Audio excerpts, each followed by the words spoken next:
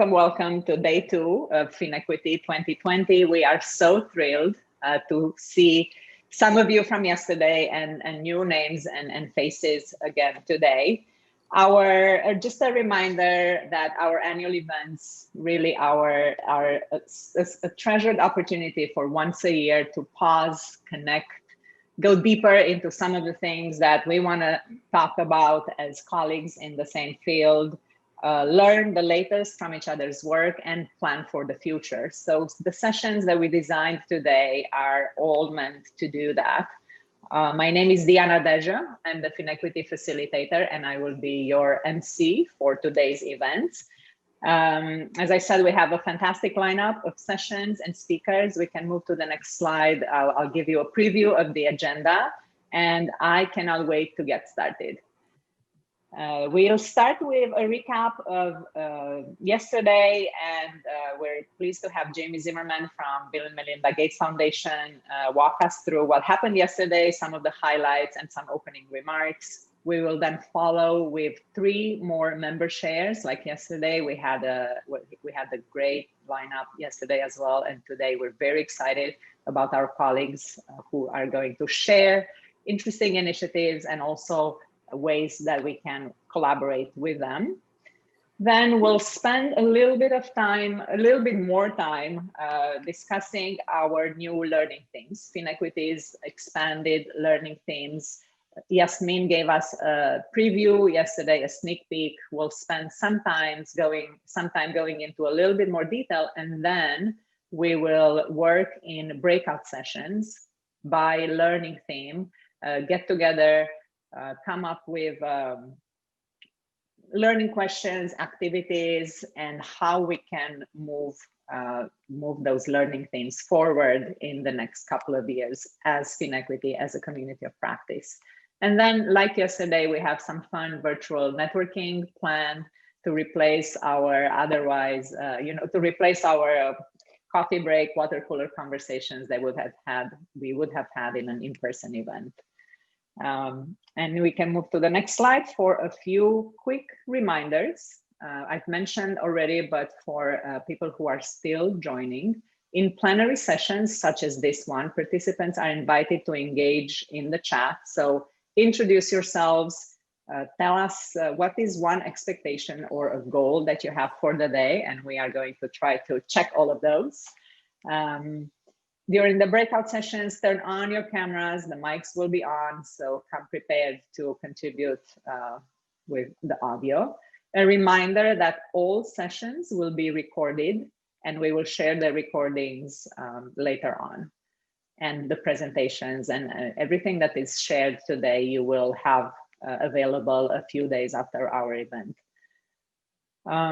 Before we start, we want to know where you are joining us from. I know some of you shared in the chat, but let's do this through slido.com. It will create a really nice word cloud. So if you go to slido.com on your phone or on your computer and enter hashtag FinEquity 2020, you can also point your phone camera to the barcode that you see on your screen, and the website will open for you automatically.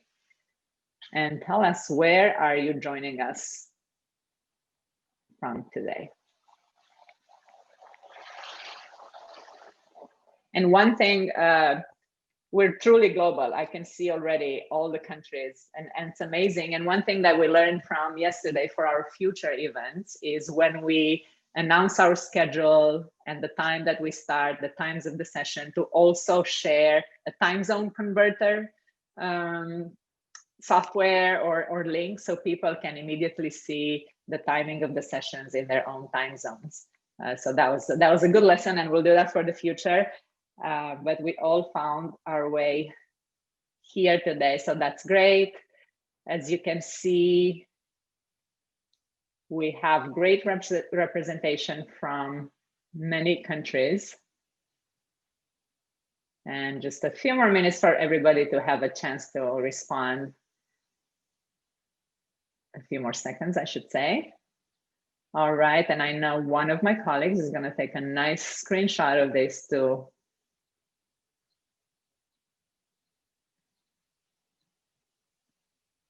to save it so we can look at it again. Great, thank you so much. And without any further ado, I would like to introduce Jamie Zimmerman, who's the gender lead for financial services for the poor at Bill and Melinda Gates Foundation. We are thrilled to have her with us today to give us a brief overview of what happened yesterday, some of the highlights, and as I mentioned, kick us off for today. So Jamie, the floor is yours. If you would like to unmute yourself and on camera. Great. Ready to roll? Yeah. Nice. Awesome. Thank you, Diana. Oh, welcome everyone. Good morning, afternoon, evening. I see we've got folks from all over the world here, and some of you who've been connected well into the night. I was with everyone for the event that happened in the Asia region last night. So I know that there are many of you who are fully committed to this meeting, and it's really great to see you maintaining that energy, and great to see you again. I want to just give a special thanks to Diana and Yasmin and Danielle and Etta and the entire CGAP team that has been working hard to not only put on this event, but to really nurture and grow this community. We're a really proud supporter on the FSP team of FinEquity, and of course, a proud member of CGAP as well. We're really grateful for the work of the FinEquity team, and also just really super inspired by the growth and really active and honest engagement of this community of practice. It's just been really amazing to see, and I wish that we were together in person, but I'm so very impressed with the level of engagement and the really thoughtful organization to try to still have such a deep and thoughtful, generative, participatory conversation in this virtual setting. So really quickly, what happened yesterday? Yasmin gave us a really fantastic introduction to FinEquity's updated learning themes, from gender transformative solutions to digitally enabling financial inclusion to exploring new impact pathways, and let us know how they were developed and how you can engage in that. I'm really personally looking forward to the conversations today on what's next, and I'm sure that many of our grantees who are and partners who are in the room today, and it's really great to see all of you, including some old colleagues and partners too, and other partners and new faces and names. We really are looking forward to hearing your thoughts and you weighing in on your learning questions and how we can work together on solutions. So do stick around for that a portion of the agenda today. Next slide, please. We also had kicked off with some member shares in plenary on some really interesting topics, a really wide range actually, which was great. The impact of digital credit, women's enterprise support, policy dialogue, and community engagement and voice. And I really hope that that gave you enough information to pique some interest in potential partnerships with those partners. For instance, those of you working on algorithms for digital credit are really highly encouraged to follow up with UC Berkeley's Digital Credit Observatory. And for those of you based in Africa and who engage frequently with women customers, I highly encourage you to reach out to Naomi and the team at the UNCDF Policy Accelerator and help provide feedback on policies and regulations related to digital financial services that we want to make sure are inclusive, especially for women. And I'm really looking forward to the launch of UNSCAP's Women Enterprise Recovery Fund in December. And next, we had 3 concurrent member-led sessions. All of them drew quite a crowd and really relied on and benefited from your deep engagement. So thank you so much for that. In all cases, those who led the sessions are incorporating your feedback into their work. They all reported back how valuable that was. And for instance, the second phase of Hey Sister, Show Me the Mobile Money, which I think is just such a great campaign name, will be informed by the feedback that Strategic Impact Advisors received in the session yesterday. UNCDF launching its digital programming and strategy around making women co-builders of digital economies in over 28 countries. Really benefited from hearing about your experiences, both to think about opportunities, but also to avoid recreating the wheel, as they put it yesterday. And then finally, CGAP came away with a great sense for opportunities and risks they can further explore with their partners on the topic of women's businesses that operate on social media platforms. And then finally, from the opening session yesterday, I was just so amazed by the energy that everybody brought. It was so great to see everybody engaging in the polls, in the chat, in the word clouds on Slido. Super awesome to see everybody's both inputs and personalities, and also just to get your feedback. I think that one thing that many of us walked away with yesterday was 202 damn years. I've already seen it put into the chat today, that's something that has, I think I might have like gone to bed and woken up in the morning thinking 202 damn years, wow. And so closing that gender gap in women's economic participation is top of mind for all of us, and I think is really the drumbeat behind a call to action and movement forward, and momentum behind the work that we do. So I know that this group wants to be disruptive. We want to move that 202 years down to 0.02 years, as Julia said yesterday. But all in all, yesterday was really interesting. It was fun, friendly, and lively. I felt that, but I think those are your words, not mine, from your comments in the Slido. And then last but not least, we had two great regional focus sessions, one in ALC and one in Asia. The session hosted by FinEquity ALC focused on co-creating a research and learning agenda for the region, and participants worked in groups to identify some priority topics. And those are going to be shared soon on the D groups. So please join in if you want to participate and learn more about what's coming up there. And then there was another session for FinEquity members in the Asia and Pacific region done in partnership with MSC, where they hosted a debate on whether COVID-19 response that we're seeing in action now is exacerbating the gender digital divide or not. And the consensus from the crowd after the debate is that that 81% believe that the COVID response is exacerbating the gender digital divide. And so I think you look at the moment that we're in with COVID, 81% of the participants think that this is going to have us falling back